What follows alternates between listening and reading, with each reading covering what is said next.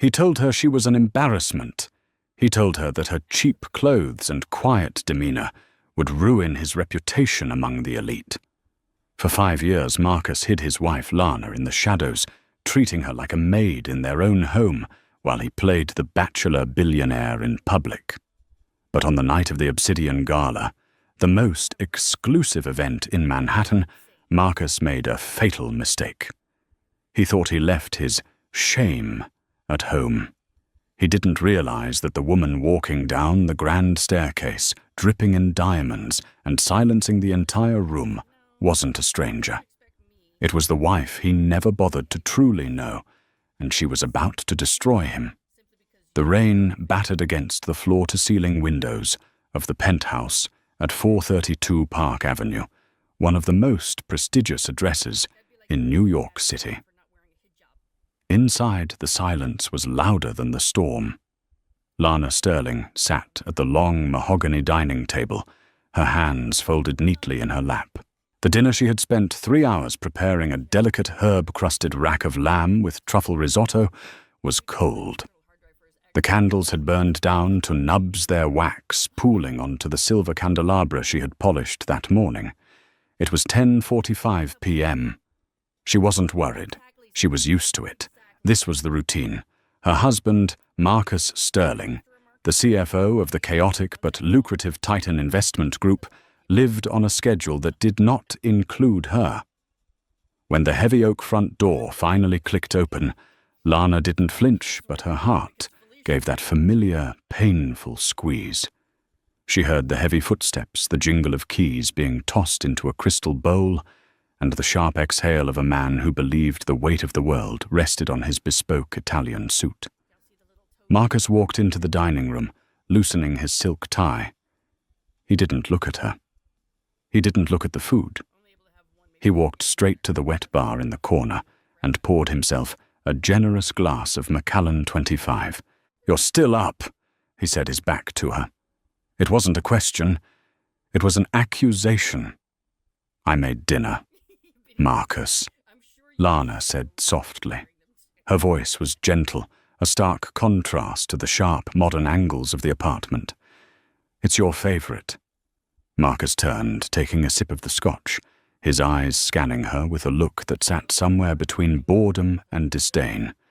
He looked at her simple grey cardigan, her hair tied back in a loose, practical bun, and her face devoid of makeup. "I ate with clients at Le Bernardin," he said dismissively. "Clear this away. The smell of grease is giving me a headache." Lana stood up, her face impassive. There was no grease. The food was gourmet, cooked with techniques she had learned years ago in a life she no longer spoke about. But she didn't argue. She never argued. "How was the meeting?" she asked, stacking the porcelain plates. "Fine. We closed the deal with the Anderson account," Marcus muttered, walking past her toward the master bedroom. He paused in the doorway, pulling a thick, cream-colored envelope from his inner jacket pocket. He tossed it onto the side table. "Oh, that arrived for us today." Lana wiped her hands on her apron and walked over to the envelope. It was heavy, textured cardstock with gold leaf embossing. Her breath hitched. The Obsidian Gala wasn't just a party. It was the event of the decade, hosted by Julian Thorne, the elusive tech mogul who rarely made public appearances. It was a night where alliances were formed and fortunes were made. It was taking place this Saturday at the Met. "It says Mr. and Mrs. Sterling." Lana read her finger, tracing the calligraphy. A rare spark of excitement lit up her eyes. "Marcus, are we going?" Marcus stopped unbuttoning his shirt and let out a short, cruel laugh. He turned around, his handsome face twisted into a sneer. "We," he repeated, as if the word was a joke, in a language he didn't speak. "Lana, look at yourself." Lana froze. "What do you mean?" Marcus walked closer, invading her personal space, smelling of expensive scotch and the lingering scent of a perfume that definitely wasn't hers, something floral like jasmine and tuberose. "This is the Obsidian Gala, Lana. It is a gathering of the most powerful people in the Western Hemisphere, senators, movie stars, industry titans. And you want to go wearing that cardigan, with your hair like a librarian. I can buy a dress, Lana whispered, looking down. I can get my hair done. I know how to behave in society, Marcus. You know how to clean a house, Marcus corrected her coldly. You know how to balance a checkbook. You do not know how to command a room. You have zero presence, Lana. You're a mouse. If I took you there, you'd stand in the corner, clutching a glass of water, looking terrified. You'd embarrass me. The words cut deep, but they were familiar wounds. Since their marriage 5 years ago, Marcus had systematically chipped away at her confidence. When they met, he had been charming, ambitious, but struggling. She had supported him, used her savings to help him start his portfolio, and managed his life so he could focus on work. But as his bank account grew, his respect for her vanished. He wanted a trophy, but he had married a partner. And now that he didn't need a partner, he resented her for not being a trophy. I am your wife, Lana said, her voice trembling slightly. The invitation is addressed to both of us. People ask where I am, Marcus. They wonder why they never see me. I tell them you're shy, Marcus said smoothly, turning back to the bedroom. I tell them you suffer from social anxiety and prefer the quiet life. I protect you, Lana. I protect you from being laughed at. He vanished into the bedroom, shouting back over his shoulder. I'm going alone. I've already arranged for my assistant to handle the RSVP. Don't wait up on Saturday. It'll be a late night. Lana stood alone in the hallway, the golden invitation heavy in her hand. She stared at the closed door of the bedroom. He was ashamed of her. He truly believed she was nothing. She walked back to the kitchen and scraped the cold lamb into the trash. As the garbage disposal whirred, grinding the food away, Lana's expression shifted. The submissive, sad look evaporated, replaced by a cold, calculating steeliness that Marcus had never seen. She reached into her pocket and pulled out her phone. It was an old model, one Marcus allowed her to have. She dialed a number that wasn't saved in her contacts, a number she had memorized a lifetime ago.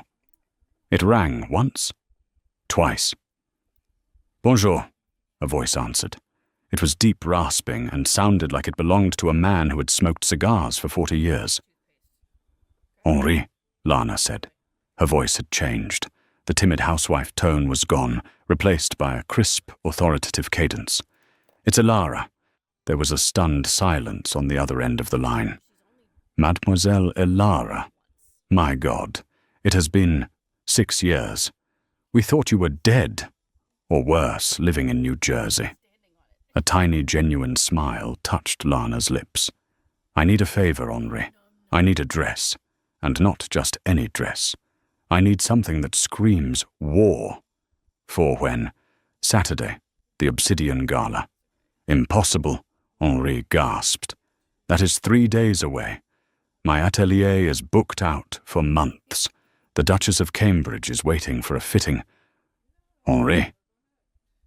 Lana said, her voice dropping an octave smooth and dangerous. Remember who saved your reputation during the Fashion Week disaster of 2018. Remember who fixed the stitching on the finale piece 5 minutes before the runway. A long pause, then a sigh of resignation and delight. I will clear my schedule.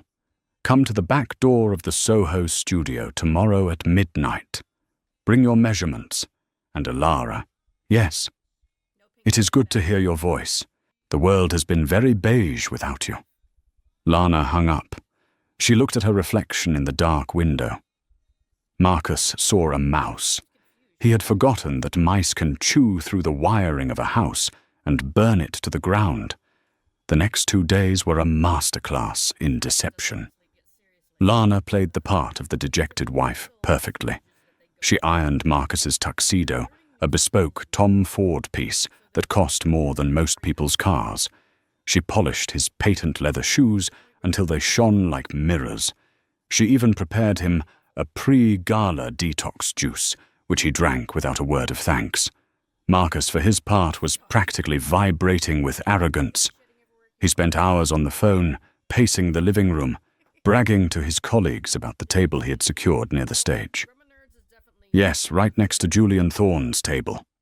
Marcus boasted into his iPhone 16 Pro, swirling a glass of sparkling water. It's going to be a massive night for networking. I'm planning to corner the VP of JP Morgan. It's all about image, you know. You have to look the part to get the part. Lana sat on the sofa, knitting a scarf, a prop she often used to make herself look invisible. She listened to every word. On Friday morning, the day before the gala, Marcus left for work early. "I'll be late tonight," he said, checking his reflection in the hallway mirror. "Final prep for the gala. We're doing a dry run of the networking strategy with the team." "Okay, honey," Lana said meekly. "Do you need me to wait up?" "No. Go to bed." As soon as the elevator doors slid shut, sealing him away, Lana dropped the knitting needles. She moved with efficiency. She went into Marcus's home office, a room she was technically forbidden from entering, to avoid messing up his papers. She wasn't looking for financial records. She already knew he was hiding assets. She was looking for logistics. She opened the trash can next to his desk. It was empty, save for a few shredded papers. Marcus was careful, but he wasn't careful enough with his pockets. She went to the laundry hamper in the master bath and pulled out the charcoal suit trousers he had worn yesterday. She checked the pockets. Nothing. She checked the jacket pocket. There it was, a crumpled receipt from La Perla and another from Harry Winston. Lana smoothed the receipts out on the marble vanity. Item diamond drop earrings, 4 carats, price $42,000. Item silk lace lingerie set, red, size small. Lana looked at her own reflection. She was a size medium, and she hated red. Her stomach churned, not with heartbreak, but with a cold, confirming fury. The assistant Marcus mentioned wasn't just handling the RSVP. She was the date. Marcus wasn't going alone to protect Lana. He was taking his mistress. He was going to parade another woman around the Obsidian Gala, wearing $40,000 earrings, bought with money from the joint account he told Lana was tight this month. Lana took a photo of the receipts with her phone, then carefully placed them back into the pocket exactly as she found them. That night at midnight, Lana slipped out of the apartment. The doorman, a kind older man named Mr. Henderson, looked surprised to see her. "Mrs. Sterling, is everything all right?" "Just a late-night pharmacy run, Mr. Henderson." She lied smoothly, slipping him a $50 bill. "Mr. Sterling is asleep. No need to mention I went out. I don't want to worry him." Mr. Henderson winked. "My lips are sealed, Mom." Lana took a taxi to Soho. The streets were quiet, the city slick with rain. She arrived at a nondescript steel door in an alleyway behind a row of high-end boutiques. She knocked 3 times, 2 quick, 1 slow. The door swung open. Standing there was Henri, a flamboyant man in his 60s with silver hair and a measuring tape draped around his neck like a priestly stole. "Ilara," he breathed, pulling her into a hug that smelled of fabric stiffener and expensive cigarettes. "You look tired, but the bone structure is still divine." He ushered her inside. The studio was a chaotic wonderland of silk velvet and tulle. Mannequins stood in various states of undress. "So," Henri said, pouring her a glass of champagne, "tell me about this husband of yours, the man who hides a diamond like you in a basement." "He doesn't hide me in a basement, Henri. He hides me in plain sight," Lana said, taking a sip. "He thinks I'm dull. He thinks I'm uncultured. He thinks I'm adequate." "Adequate," Henri gasped, clutching his chest. You, the woman who speaks 4 languages. The woman who ghost-designed the winter collection for Vogue's Designer of the Year in 2019. He doesn't know any of that, Lana said. When I met him, I wanted a break. I wanted a simple life. I didn't tell him about my family or my past in Paris. I just wanted to be loved for me, not for my connections. And how did that work out? Henri asked dryly. He cheated on me. He's taking his mistress to the Gala tomorrow. Henri's eyes narrowed. He walked over to a rack covered in a black sheet. Then we don't just need a dress, darling. We need a weapon. He pulled the sheet away. Lana gasped. It wasn't just a dress. It was a masterpiece. It was a floor-length gown made of a fabric that looked like liquid midnight, a deep, shimmering blue-black that seemed to move on its own. It was strapless with a plunging neckline that was daring but elegant. The structure was architectural, cinching the waist and flaring out into a dramatic train. I call it the nemesis, Henri said. It has been waiting for someone with the posture to carry it. It requires confidence, Ilara. If you slouch, the dress will wear you. If you stand tall, you will rule the room. Lana ran her hand over the fabric. It felt cool to the touch. I need more than the dress, Henri, Lana said, turning to him. I need the access. Marcus has the invitation. I don't. Henri smirked. Darling, you forget who my clients are. I just finished a fitting for Julian Thorne's mother. I have a +1 pass for the designer's circle table. It's better than VIP. It's family. Lana smiled, a slow, dangerous curve of her lips. Perfect, she whispered. Let's fit. Back at the apartment 3 hours later, Lana crept into bed next to Marcus. He was snoring softly, dreaming of his big night, dreaming of the applause he thought he deserved. Lana stared at the ceiling. She wasn't going to sleep. She was rehearsing. Tomorrow, Lana the housewife would die. And Ilara, the woman who once walked the runways of Milan and brokered art deals in Zurich, would rise from the ashes. The next morning, the day of the gala, the tension in the house was palpable. I'm leaving at 4:00 p.m. for the hotel, Marcus announced over coffee. I need to get ready there. Jessica, my assistant, has the files I need. Of course, Lana said, pouring him coffee. You look nervous, Marcus. I'm not nervous. I'm focused, he snapped. This is a big league, Lana. You wouldn't understand. I hope you have a wonderful time, she said, her voice, dripping with a sweetness he didn't catch, was fake. I hope it's a night you never forget. Yeah. Don't wait up. At 4:00 p.m., Marcus left, carrying his tuxedo bag. He didn't kiss her goodbye. At 4:05 p.m., a team of 3 people arrived at the apartment door. They weren't friends. They were a hair and makeup team sent by Henri. We have 3 hours to turn you into a goddess, the lead stylist said, setting down a massive case of cosmetics. Lana sat in the chair in front of her vanity. She looked at her plain reflection one last time. Do whatever you want, Lana said. But make sure when he looks at me, he regrets the day he was born.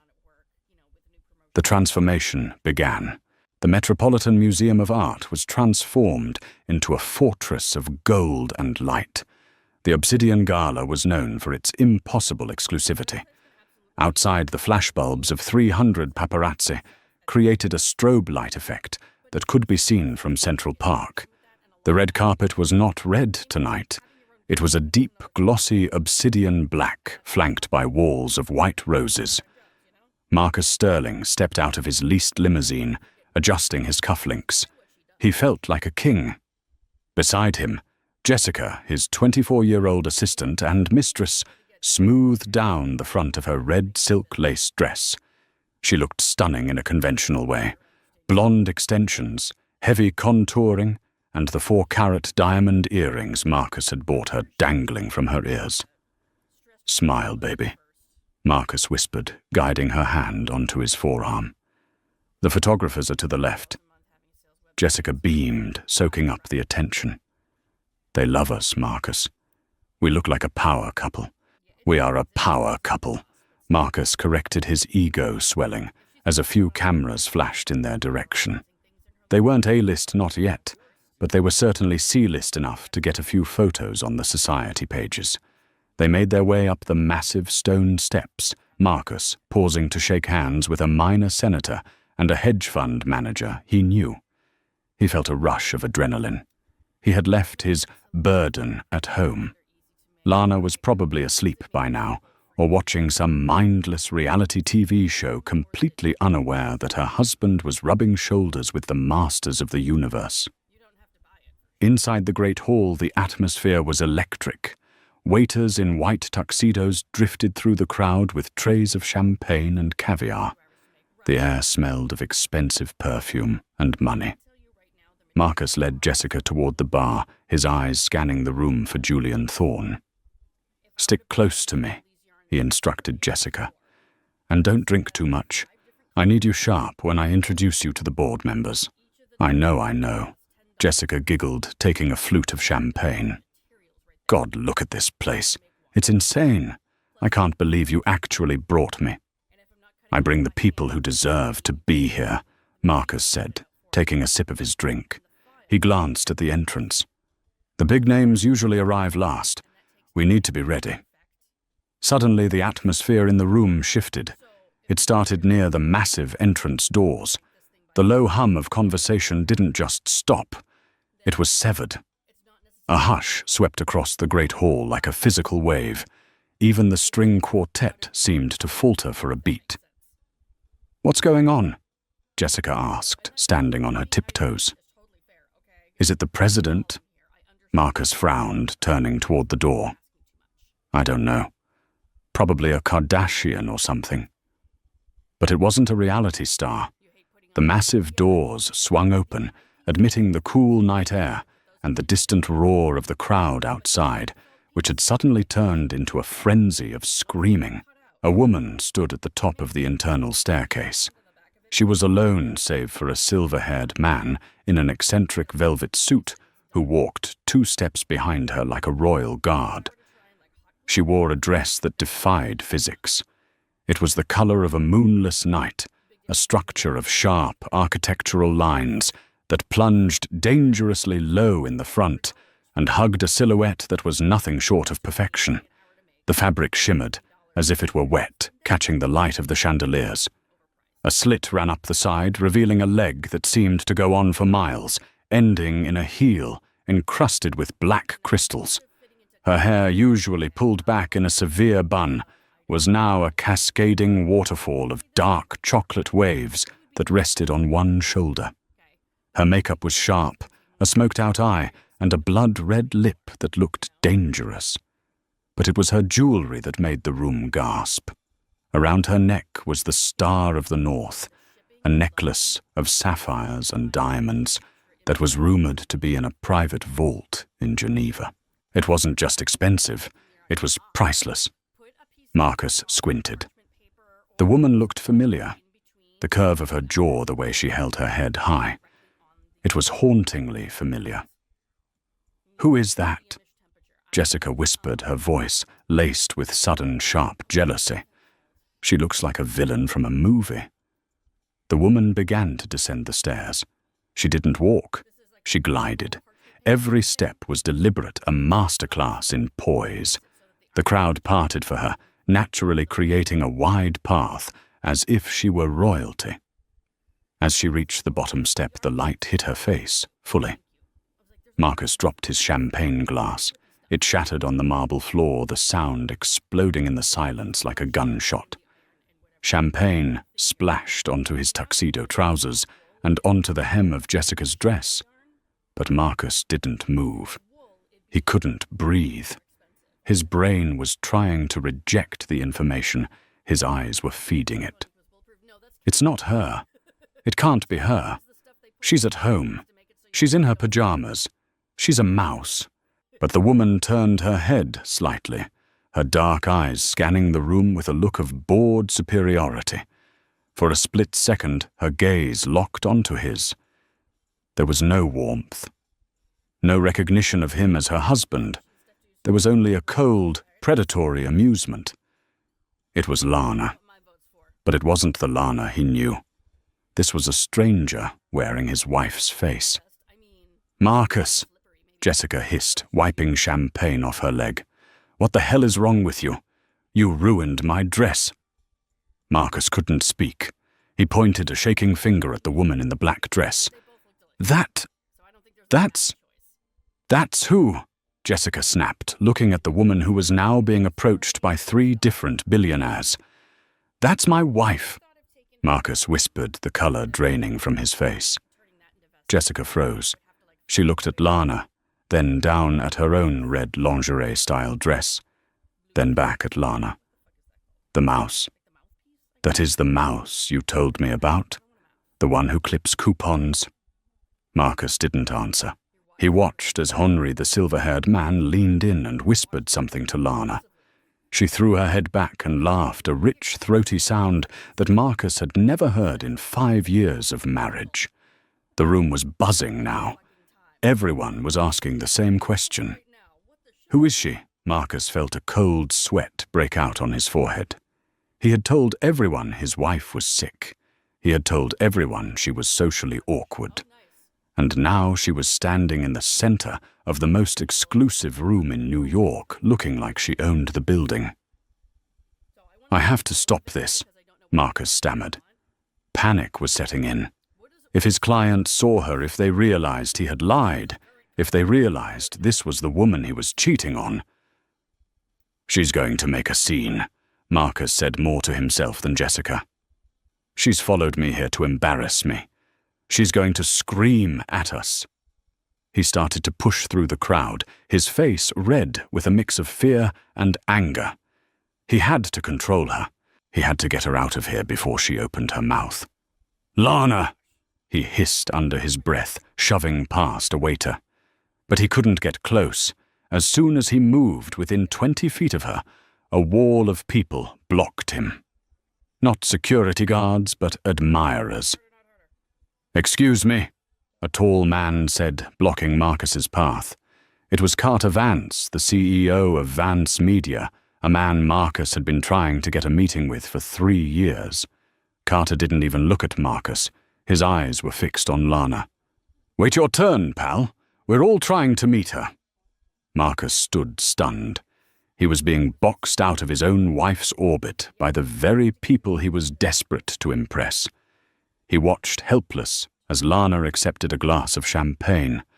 She didn't look nervous. She didn't look like she was looking for him. She looked like she was exactly where she belonged. And then the ultimate blow landed. Julian Thorne, the host of the Gala, the billionaire tech mogul who was notoriously reclusive, emerged from the VIP section. He walked straight past the senator, straight past the movie stars, and walked directly to Lana. The room went silent again. Julian Thorne never greeted guests personally. Julian stopped in front of Lana. He smiled a genuine warm smile. He took her gloved hand and bowed low, kissing her knuckles. "Ilara," Julian said, his voice carrying in the silent hall. "You finally returned to us." Lana smiled, and for the first time that night, her face softened into genuine affection. "Hello, Julian. It's been a long time." "Too long," Julian said, tucking her arm into his. "Come, my table is waiting. We have much to discuss." He led her away up the stairs toward the exclusive Royal Circle balcony, where only 5 tables were set. Henri followed them, shooting a quick, distinct glare directly at Marcus before disappearing up the stairs. Marcus stood in the puddle of his own spilled drink, his mouth agape. "Ilara," Jessica whispered, clutching Marcus's arm. "Who is Ilara? I thought her name was Lana." Marcus felt like the floor was tilting. I don't know." For the next hour, Marcus Sterling was in purgatory. He dragged Jessica to their assigned table, which was in the back corner of the room near the kitchen doors. It was a humiliation he hadn't noticed before, but now, staring up at the VIP balcony, where his wife was seated at the right hand of Julian Thorne, the location of his table felt like a slap in the face. He couldn't focus on his networking. Every time he tried to speak to a potential client, their eyes drifted upward. "Is that the French designer?" one banker asked, pointing his fork toward the balcony. "The woman next to Thorne, I heard. She's royalty in hiding." "No," another guest corrected. "My wife says that's Lara Vance. She used to run the European art markets before she vanished 5 years ago. A genius, a ghost." Marcus gripped his steak knife so hard his knuckles turned white. Art markets. Royalty Lana was a woman who got excited when strawberries were on sale at the grocery store. Lana was a woman who mended his socks. "Marcus, talk to me," Jessica whined, poking at her salad. "Everyone is looking at her. You said I was going to be the most beautiful woman here." "Shut up, Jessica," Marcus snapped his voice, venomous. Jessica recoiled, her eyes tearing up. "Don't talk to me like that. I didn't know your wife was her." "She isn't her," Marcus hissed, leaning across the table. "She's playing a game. She's spent our savings on a dress and she's conned her way into VIP. I'm going to put a stop to it." He couldn't take it anymore. The mystery, the whispers, the way Julian Thorne was laughing at something Lana said. It was driving him insane. He needed to reassert control. He needed to remind Lana that she was his wife, and she answered to him. He stood up, ignoring Jessica's protests, and marched toward the stairs leading to the VIP balcony. A large security guard with a headset stepped in front of him. "Sir, this area is restricted." "I am Marcus Sterling," he demanded, puffing out his chest. "That woman sitting with Mr. Thorne is my wife. I need to speak with her immediately. It is a family emergency." The guard hesitated. He touched his earpiece. "Mr. Sterling claims relation to the guest of honor. Says it's an emergency." A pause. Then the guard looked at Marcus with a strange expression, pity mixed with amusement. "Mr. Thorne says to let him up." Marcus smirked. "Got you." He straightened his jacket and walked up the stairs. He was going to drag her out of there by her ear if he had to. He would tell everyone she was off her meds. He would spin this. When he reached the balcony, the air was thinner, cooler. The table was draped in black velvet. Sitting there were the titans of industry, the CEO of Google, the Duchess of York, Julian Thorne, and Lana. They all stopped talking as Marcus approached.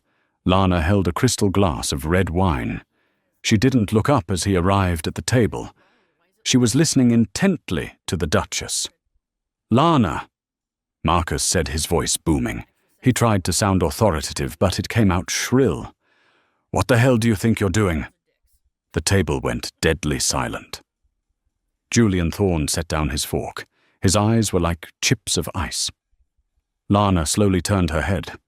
She looked at Marcus, then down at his shoes, then back up to his face. Her expression was one of mild confusion. "I'm sorry," she said, her voice smooth and cultured, lacking the timid stutter she usually had around him. "Have we met?" Marcus's jaw dropped. "Have we met? I'm your husband. I'm Marcus." "Stop this charade right now, Lana. You're embarrassing yourself. Look at you dressed up like a showgirl. Come home. Now." He reached out to grab her arm. Before his fingers could graze her skin, Julian Thorne's hand shot out and gripped Marcus's wrist. Julian didn't look like a fighter, but his grip was iron. "Touch her," Julian said calmly, "and I will have you removed from this building by the window." Marcus yanked his hand back, rubbing his wrist. "She's my wife. Tell him Lana." Lana took a slow sip of wine. She set the glass down and looked at Julian. "I have a husband, Julian, that is true. But he is a man who is currently at home waiting for me. He is a man who values loyalty. He certainly isn't this sweaty, shouting man who smells of cheap cologne and desperation. She looked Marcus dead in the eye. I don't know who you are, sir, but you seem unwell. You, Marcus stammered. He looked around the table. The Duchess looked horrified by him. The Google CEO was recording it on his phone. Lana, don't do this. Marcus pleaded, his anger turning to fear. Jessica is downstairs. I can explain everything. Lana's eyebrow raised a fraction of an inch. Jessica, the assistant, the one who wears red. She turned to Henri, who was standing nearby.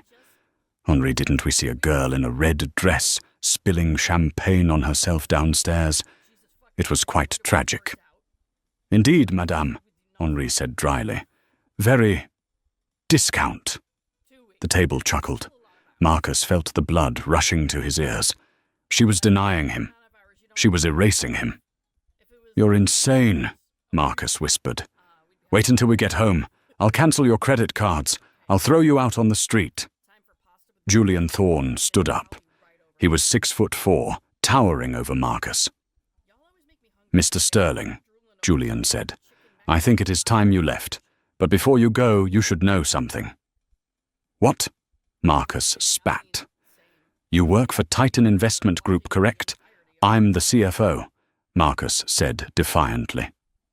Not anymore, Julian said simply. I just bought Titan Investment Group. The deal closed 10 minutes ago. My first act as owner was to restructure the leadership. Julian smiled a shark-like grin. You're fired, Marcus. And given the audit my team is about to run on your expense accounts, specifically regarding jewelry purchases, I imagine you'll be hearing from the police very soon. Marcus felt his knees give way. He grabbed the back of a chair to steady himself. You can't. I can, Julian said. Now get out of my sight. You're ruining Ilara's evening. Security guards appeared from the shadows, grabbing Marcus by the arms. As they dragged him away, kicking and screaming, he looked back one last time. Lana wasn't watching him leave. She had already turned back to the Duchess, laughing at a joke, the diamonds around her neck sparkling like stars. She hadn't just left him. She had ascended. The rain outside the Metropolitan Museum of Art was torrential, a stark contrast to the climate-controlled perfection inside. Marcus Sterling was thrown literally out of the side exit by 2 security guards who handled him like a bag of trash. He landed on his hands and knees in a puddle of muddy water, his tuxedo jacket splashing into the grime. The heavy steel door slammed shut behind him, locking with a definitive clank. Marcus gasped for air, scrambling to his feet. He was soaked instantly. The adrenaline that had fueled his confrontation upstairs had drained away, replaced by a cold, shaking nausea. Marcus, a shrill voice shrieked from the darkness. He turned to see Jessica standing under the awning of a service entrance, shivering. Her red dress was ruined, dark spots of rain soaking into the silk. Her mascara was running down her cheeks in black rivulets. You got us kicked out, she screamed, stomping her heel. Do you know who was watching everyone? Someone posted a video on TikTok already. It has 10,000 views, Marcus. I'm a laughing stock. Marcus wiped the mud from his hands onto his pants. Shut up, Jessica. I need to think. Think you need to fix this, she yelled. Get the limo. We're leaving. I want to go to the St. Regis. I need a bath and room service. Marcus patted his pockets. His phone was there. His wallet was there. But his pride was gone. He pulled out his phone to call the driver of the limousine service he had hired for the night, a service that cost $200 an hour. He dialed the number. This is Marcus Sterling. Bring the car around to the side exit, now. I'm sorry, Mr. Sterling. The dispatcher's voice was cool and detached. Your reservation has been cancelled. Cancelled by who? By the credit card holder. The payment was declined and reversed about 5 minutes ago. The driver has been instructed to return to the garage. I am the credit card holder, Marcus roared into the phone. My card has a $50,000 limit. Not anymore, sir. Have a good night. The line went dead. Marcus stared at the phone. Julian. It had to be Julian Thorne. He said he bought Titan Investment Group. He must have frozen the corporate cards. But the personal cards, how did he touch those? Where is the car? Jessica demanded, her teeth chattering. It's delayed. Marcus lied, his voice trembling. We'll take an Uber. An Uber. Jessica looked at him, as if he had suggested they ride a donkey. I am wearing an $8,000 dress. Just get in, Marcus snapped, as a beat-up Toyota Camry pulled up to the curb. The ride to the hotel was silent and suffocating. The smell of wet wool and cheap air freshener filled the car. Marcus frantically checked his banking app. Account status frozen, pending audit. Savings account frozen, pending audit. Checking account balance, $42.50. He felt bile rise in his throat. He had spent the last of his liquidity on the deposit for the gala table and the earrings for Jessica. He was relying on his quarterly bonus, which was due to hit on Monday. But if he was fired, there was no bonus. The Uber pulled up to the curb of 432 Park Avenue. Why are we here? Jessica asked, confused. I thought we were going to the hotel. I don't want to run into your crazy wife. I need to get my other cards, Marcus muttered. And my passport. Just wait here. He marched into the lobby, dripping wet. He looked like a drowned rat, a far cry from the master of the universe who had walked out hours ago. Mr. Henderson, the doorman, who had worked the night shift for 10 years, was standing at the podium. He watched Marcus approach with a blank expression. Evening, Mr. Henderson. Marcus said, trying to sound authoritative, despite the water dripping from his nose. I need the elevator key. Mr. Henderson didn't move. He didn't reach for the panel. He simply crossed his arms. I can't do that, Mr. Sterling. Marcus stopped. Excuse me, I live here. Open the damn elevator. Mrs. Sterling called, Mr. Henderson said calmly. She informed the building management that there is a security threat involving an estranged spouse. The locks on the penthouse have been changed electronically. Your key fob has been deactivated. Estranged spouse, I'm her husband. My name is on the lease. Mr. Henderson reached under the desk and pulled out a file. Actually, sir, I was instructed to give you this. It's a copy of the deed. Marcus snatched the paper. He scanned it frantically. Owner, the Sterling Trust. Trustee, Elara Vance. Beneficiary, Marcus Sterling, revocable. Revocable, Marcus whispered. He looked up. I don't understand. I paid the mortgage. I signed the checks. You signed checks to a holding company, sir.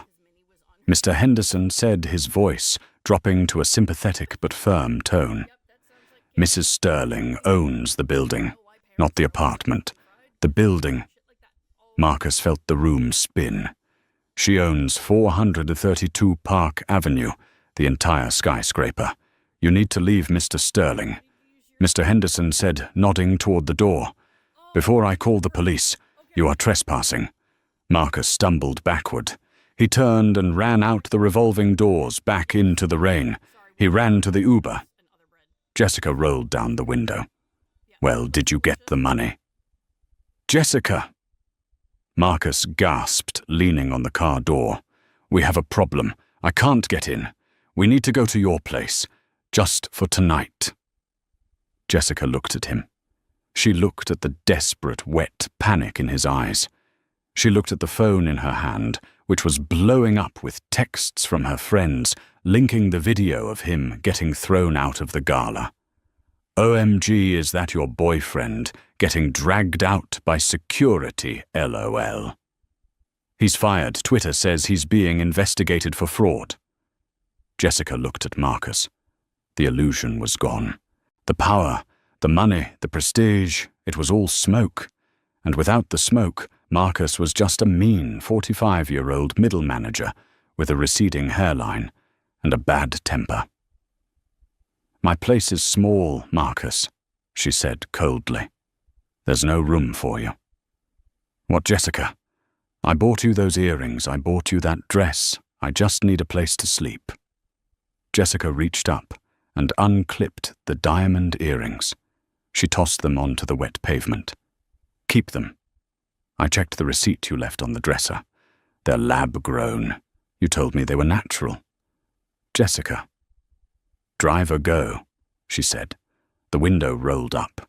The Uber peeled away, splashing muddy water onto Marcus's legs. He stood alone on Park Avenue. He had no home. He had no job. He had no girlfriend. He had 42 to 50 in his bank account. And somewhere high above the city in a penthouse he had treated like a hotel his wife was sleeping in a bed he was no longer allowed to touch. Marcus walked. He walked for 3 hours. He ended up in a 24-hour diner in Hell's Kitchen, nursing a cup of black coffee he paid for, with loose change he found in his jacket pocket. He sat in the booth, shivering, staring at the neon sign across the street. And how had the mouse become the lion? How had the woman who clipped coupons for pasta sauce turned out to be the owner of the skyline? He replayed the last 5 years in his head. The way she never talked about her family. The way she never complained about his long hours. The way she simply waited. He realized with a sickening jolt that she hadn't been waiting for him to succeed. She had been waiting to see if he was worth saving. And tonight, he had proven he wasn't. The morning sun rose over Manhattan, indifferent to Marcus Sterling's ruin. He had spent the night curled on a bench in a subway station, clutching his tuxedo jacket like a security blanket. At 8:00 a.m., his phone buzzed. It was the only asset he had left. Unknown number. "Hello?" "Mr. Sterling." A crisp female voice answered.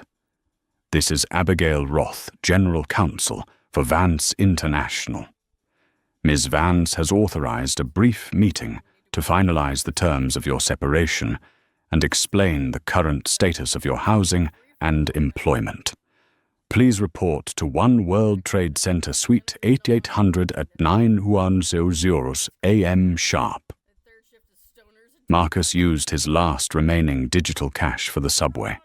He tried to straighten his stained shirt in the lobby reflection, but there was no hiding the truth. He looked like a man who had lost everything.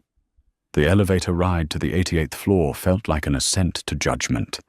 The doors opened into a lobby that smelled of white tea and intimidation. The logo on the wall was simple, Vance Inti. He was ushered into a corner conference room with floor-to-ceiling glass walls overlooking the harbor. Sitting at the head of the table wasn't a lawyer. It was Lana. She wore a cream-colored power suit, her hair blow-dried, straight and sleek. She looked rested. She looked expensive. She looked nothing like the woman who had made him rack of lamb 2 nights ago. To her right sat Julian Thorne. To her left was Henry the designer, idly sketching in a notebook. Marcus stood at the door, gripping the back of a chair to steady his trembling legs. "Sit down, Marcus," Lana said. Her voice was calm, devoid of the anger he expected. It was the indifference that cut deepest. "Lana, Ilara," she corrected gently. "My name is Ilara Vance. Lana was my middle name. Sterling was an experiment." "An experiment," Marcus whispered, sinking into the chair. "Our marriage was a test." "No," Ilara said, sliding a thick folder across the mahogany table. "Our meeting 6 years ago was a coincidence, but everything after that was a hope." She leaned forward, her eyes locking onto his. "When I met you, I was tired of being the heiress to the Vance conglomerate. Every man I dated wanted a seat on the board or a loan. You didn't know who I was. You were just a junior analyst who bought me a coffee. I wanted to see if I could be loved for me, the quiet girl who liked knitting, not for my portfolio. Marcus blinked, confused. But my success, my promotion to CFO, the apartment. I bought the building, Marcus, Ilara said, gesturing to the skyline. I set your rent at a fraction of the market rate, so you would feel like a provider. And the promotion, I own a majority stake in Titan Investment Group. I instructed the board to promote you. I wanted you to feel strong, thinking that security would make you kind. The air left the room. Marcus felt suffocated. Every victory he had celebrated, every moment of arrogance, had been subsidized by the wife he called a mouse. I built a sandbox for you to play king in... Ilara continued, her voice hardening. But money didn't make you kind. It made you cruel. You hid me. You shamed me. And then you used the money I secretly funneled into your accounts to buy lingerie for your assistant. She didn't need to shout. The facts were violent enough. I didn't know, Marcus stammered. Ilara, please. Ignorance is not a defense. Julian Thorne interjected, his voice like gravel. It's a liability, and frankly, Marcus, you're out of time. What happens now? Marcus asked, his voice hollow. You ruin me. I don't need to, Ilara said, standing up. You did that yourself. The audit at Titan is complete. You didn't just spend your bonus on those diamond earrings for Jessica. You dipped into client funds, assuming you could replace it later. That is federal wire fraud. Marcus went pale. He thought no one would notice the transfer for a few days. I am not pressing charges for the fraud against me, Ilara said, walking toward the door. But the SEC Julian can't stop them. The police are waiting in the lobby. She paused, looking back at him one last time. There was no hate in her eyes, just a profound, exhausting pity. You have your freedom, Marcus. You always wanted to be a bachelor billionaire. Now you're halfway there. You're a bachelor. Henri, she added, ensure he leaves. If he loiters, call security. With pleasure, madame, Henri said, snapping his notebook shut. Ilara walked out, her heels clicking rhythmically on the marble floor. She didn't look back. She had a meeting with the Prime Minister of Italy, and she was already late. Marcus sat alone in the silence of the glass room, staring at the city of dreams he had tried to conquer. He had been sleeping next to the sun, and he had only just realized it as he began to burn. 6 months had passed since the night of the Obsidian Gala, a period Marcus Sterling would forever refer to as the humiliation. The 18-month prison sentence for wire fraud was shortened due to good behavior and Ilara's unwillingness to testify further, but the restitution order had stripped him bare. He emerged owing hundreds of thousands a liability to the world he once dominated.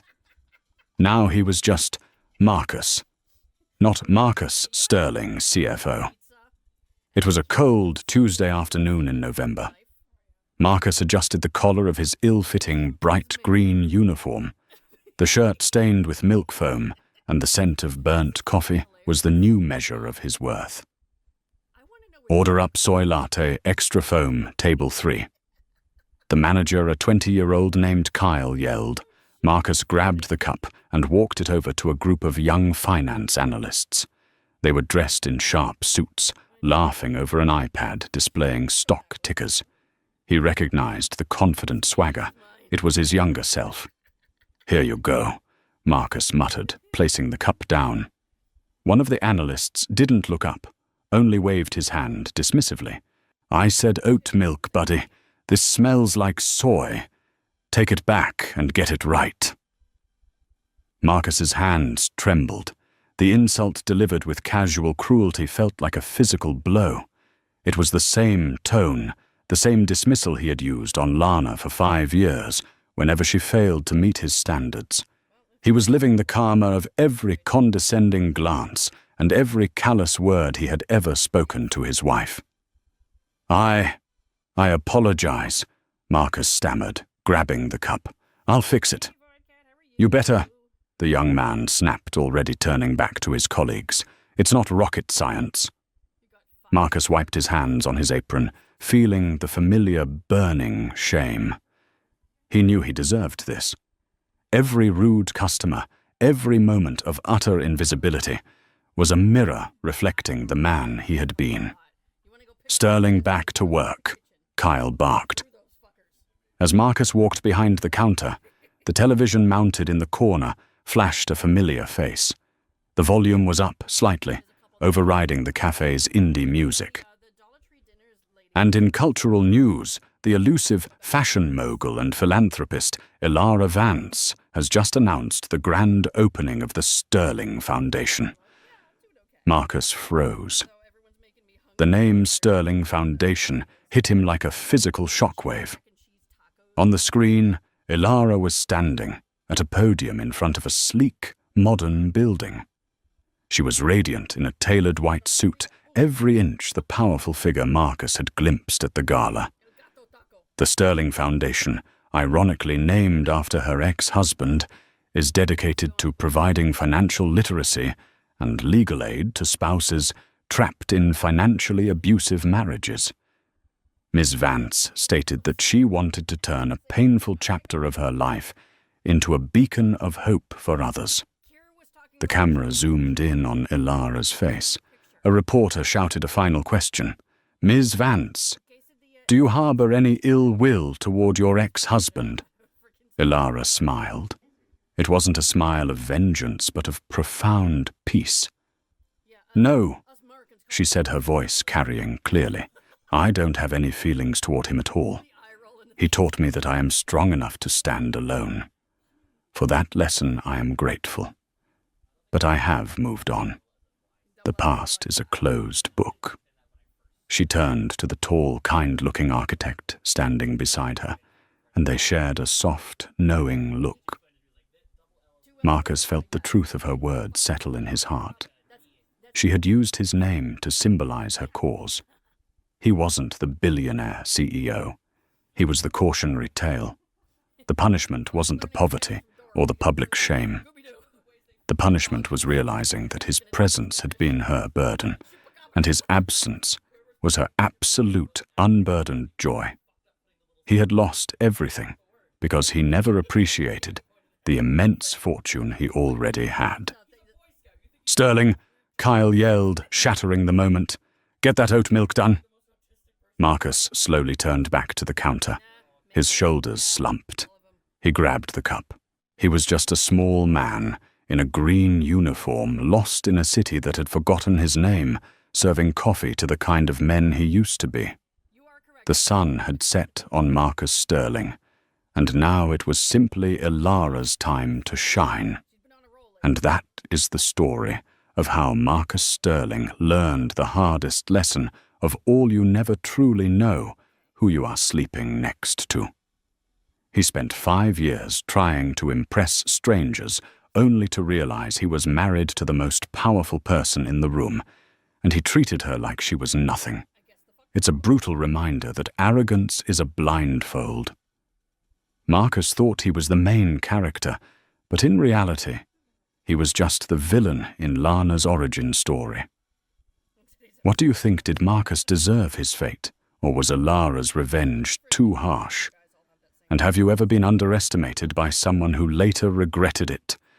I want to hear your stories in the comments below. If you enjoyed this story of karma and justice, please hit that like button.